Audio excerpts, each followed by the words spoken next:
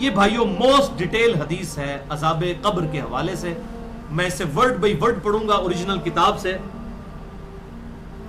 سنن ابی داؤد میں 4753 ہے.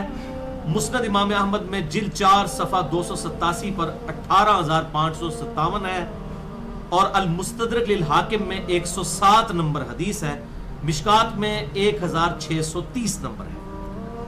اچھا یہ ابو داؤد کی جو اس کی روایت ہے اور مسند احمد کی اس میں آمش مدلس ہے اور ان سے روایت کر رہا ہے. لیکن جو المستدرک للحاکم کی روایت ہے اس میں امام آمش نے اپنی سماع کی تصریح کی ہے اور انہوں نے کہا کہ میں نے حدیث سنی ہے. ان سے روایت نہیں کی بلکہ انہوں نے حدثنا سے کی ہے.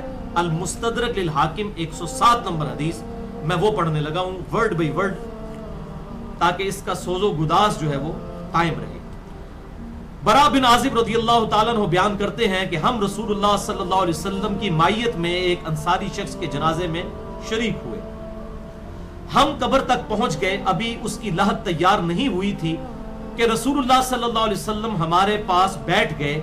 ہم بھی آپ صلی اللہ علیہ وسلم کے گرد بیٹھ گئے اس حال میں گویا ہمارے سروں پر پرندے ہیں. یعنی فل اٹینٹو ہو کر آپ صلی اللہ علیہ وسلم کے ساتھ ہم بیٹھ گئے.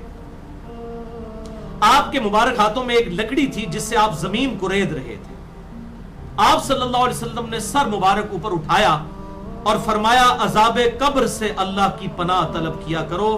آپ نے 3 بار یہ بات ارشاد فرمائی. پھر آپ صلی اللہ علیہ وسلم نے ارشاد فرمایا بندہ مومن جب دنیا سے رابطہ توڑ کر آخرت کی طرف متوجہ ہوتا ہے یعنی جب اس کی موت کا وقت آتا ہے تو سورج کی طرح چمکتے دمکتے سفید چہروں والے فرشتے جنتی خوشبودار جنتی کفن لے کر اس کے پاس آتے ہیں حتیٰ کہ وہ حد نظر تک اس کے سامنے بیٹھ جاتے ہیں.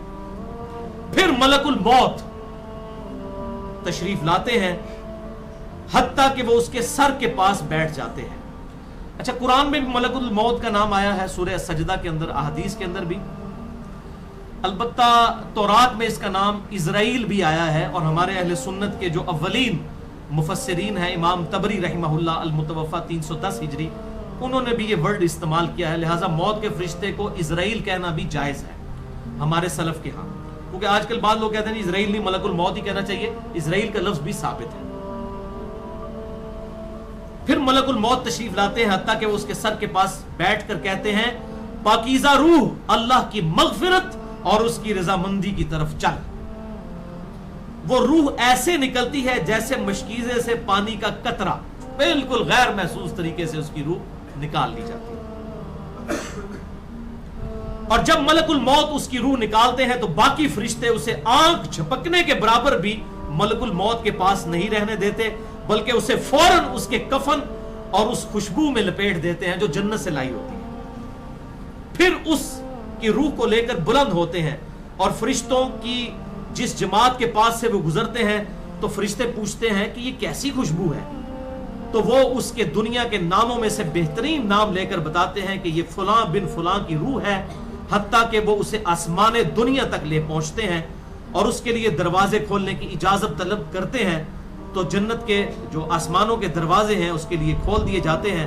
پھر ہر آسمان کے مقرب فرشتے اگلے آسمان تک اسے پروٹوکول دیتے ہوئے اس روح کے ساتھ جاتے ہیں حتیٰ کہ اسے 7ویں آسمان تک پہنچا دیا جاتا ہے. تو اللہ تعالیٰ فرماتا ہے میرے بندے کا نامہ اعمال علیین میں لکھ دو, جو سورۃ المطففین میں آیا ہے. علیین اور سجین یہ 2 مقامات ہیں. ایمان والوں کی روحیں جو ہیں علیین میں ان کا نامہ اعمال لکھا جاتا ہے اور جو منافقین ہیں مجرم ہیں سجین میں لکھا جاتا ہے. سورۃ المطففین سورت نمبر 83 ہے پارہ نمبر 30 کے اندر. اور اسے واپس دنیا کی طرف لے جاؤ کیونکہ میں نے انہیں اسی دنیا سے پیدا کیا اور اسی میں انہیں لوٹاؤں گا اور پھر دوبارہ اسی سے نکالوں گا. پھر اس کی روح اس کے جسم کی طرف لوٹا دی جاتی ہے. لیکن یہ لوٹنا دنیا کا سا لوٹنا نہیں ہوگا, یعنی وہ لوٹنے کے بعد یہ نہیں ہے کہ مردہ قبر میں کوئی بیٹھ جائے گا ہمیں نظر آئے گا. یہ سب کچھ برزخی معاملات ہوں گے جو میں نے پچھلی دفعہ ڈسکس کیے تھے سورہ فاطر کی آیت نمبر 42 کے تحت کہ نیند کی حالت میں بھی انسان کی روح قبض ہوتی ہے لیکن اس کو چٹکی کاٹے تو وہ جاگ اٹھتا ہے. روح کا تعلق بھی رہتا ہے اس حالت میں بالکل اس طریقے سے. یہ ایک ڈیفرنٹ لائف ہے, برزخی لائف.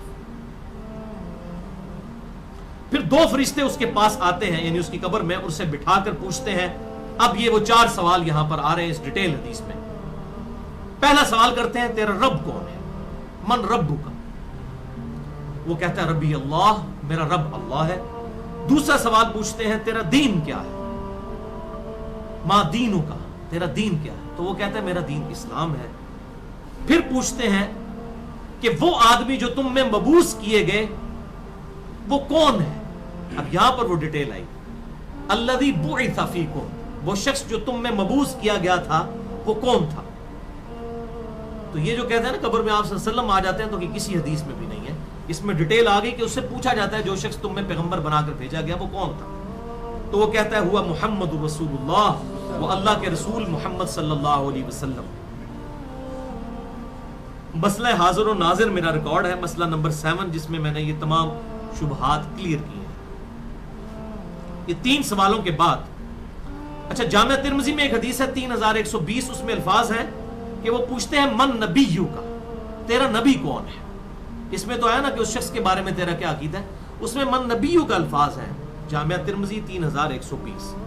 اچھا اللہ کا شکر ہے کہ یہ نہیں پوچھتے تیرا فرقہ کون سا ہے، تو کس امام کی تقلید کرتا تھا، کیڑی مسیدی تو نماز پڑھتا سا ہے. دیکھ لو کوئی چیز نہیں، تیرا رب کون ہے، تیرا دین اور نبی صلی اللہ علیہ وسلم. تو دنیا میں بھی ہم یہی کہتے ہیں اللہ رسول قرآن، یہی بات ہے. تو قبر کے اندر جا کر بھی یہی سوال. اب وہ جب 3 سوالوں کے جواب دیتا ہے تو فرشتے 4تھا سوال اس سے پوچھتے ہیں، جو میں نے قبر کا 4تھا سوال، مسئلہ نمبر 78، تمہیں کیسے پتا چلا، ان 3 سوالوں کے جواب تمہیں کیسے آئے؟ وہ کہتا ہے میں نے اللہ کی کتاب پڑھی تھی، میں اس کتاب پر ایمان لایا اور میں نے اس کے حق ہونے کی تصدیق کی. اللہ کی کتاب پڑھی ہوگی تو تصدیق کرے گا نا.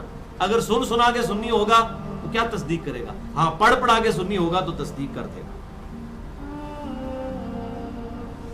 پھر آسمان سے آواز آتی ہے میرے بندے نے سچ کہا، اس کے لیے جنتی بچھونا بچھا دو، اسے جنتی لباس پہنا دو اور اس کے لیے جنت کی طرف دروازہ کھول دو. قبر کے اندر ہی جنت کی طرف دروازہ کھول دو. یعنی آپ سمجھ لیں جس طرح یہ اب ٹچ سکرین موبائل رکھ کے اور جناب لیپ ٹاپ رکھ کے سامنے لوگ بیٹھے ہوتے ہیں نا، تو ایک دوسری دنیا میں چلے جاتے ہیں. تو جنت کا فزیکلی دروازہ کھول دیا جائے گا، اس کو جنت کی ہوائیں بھی، خوشبو بھی آئے گی اور انتظار وہ کرے گا.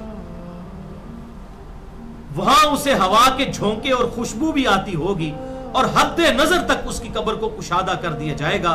خوبصورت چہرے، خوبصورت لباس اور بہترین خوشبو والا ایک شخص اس کے پاس قبر میں آئے گا اور کہے گا اس چیز سے خوش ہو جا جو چیز تجھے خوش کر دے، یہ وہ دن ہے جس کا تجھ سے وعدہ کیا جاتا تھا. وہ شخص پوچھے گا کہ اے شخص تو کون ہے، تیرا چہرہ بھلائی لانے والا چہرہ ہے. وہ جواب دے گا میں تیرا عمل صالح ہوں. یعنی نیک عمال ایک خوبصورت انسان کی شکل میں اس کی قبر میں آ جائے گا.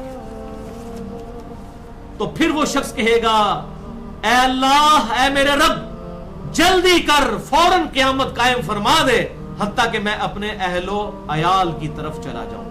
یعنی مومن کہے گا اللہ جلدی جلدی قیامت آئے، مجھے تو اینڈ رزلٹ نظر آ رہا ہے، مجھ سے انتظار نہیں ہوتا، فوراً قیامت آ جائے. ابھی سائملٹینیس کنٹراسٹ آنے والا ہے اس کا. جب کافر اور مجرم شخص دنیا سے جاتا ہے تو آپ صلی اللہ علیہ وسلم نے فرمایا سیاہ چہروں والے فرشتے بالوں سے بنا ہوا ایک کمبل لے کر آسمان سے نازل ہوتے ہیں اور حد نظر فاصلے تک اس کے سامنے بیٹھ جاتے ہیں. پھر ملک الموت، موت کا فرشتہ آتا ہے حتیٰ کہ اس کے سر کے پاس بیٹھ جاتا ہے اور کہتا ہے خبیث روح اللہ کی ناراضگی کی طرف چل. وہ روح اس کے جسم میں پھیل جاتی ہے تو وہ ملک الموت اس طرح اسے کھینچتا ہے جیسے لوہے کی سلاخ کو گیلے اون میں سے کھینچا جاتا ہے چھس کر کے. گرم سلاخ جو ہے وہ اونی کپڑے کے اندر گیلے کے اندر ڈال کے یوں کھینچی جائے نا، تو اس طرح اس کے پورے جسم سے اس کی روح نکالی جاتی ہے. پھر ملک الموت سے باقی فرشتے اس کی روح کو لے کر پلک جھپکنے کے برابر بھی وہاں نہیں رہنے دیتے حتیٰ کہ وہ اسے بالوں سے بنے ہوئے کمبل میں لپیٹ لیتے ہیں اور اس سے زمین کے مردار سے نکلنے والی انتہائی بری بدبو نکلتی ہے. وہ اسے لے کر اوپر چڑھتے ہیں تو وہ فرشتوں کی جس جماعت کے پاس سے گزرتے ہیں تو فرشتوں کی جماعتیں کہتی ہیں کیسی خبیث روح ہے. وہ کہتے ہیں یہ فلاں بن فلاں کی روح ہے اور وہ اس کی دنیا کا انتہائی کبھی نام لے کر بتاتے ہیں حتیٰ کہ اسے آسمانی دنیا تک لے جایا جاتا ہے. اس کے لیے دروازے کھولنے کے لیے درخواست کی جاتی ہے تو آسمان کے دروازے اس کے لیے نہیں کھولے جاتے. پھر رسول اللہ صلی اللہ علیہ وسلم نے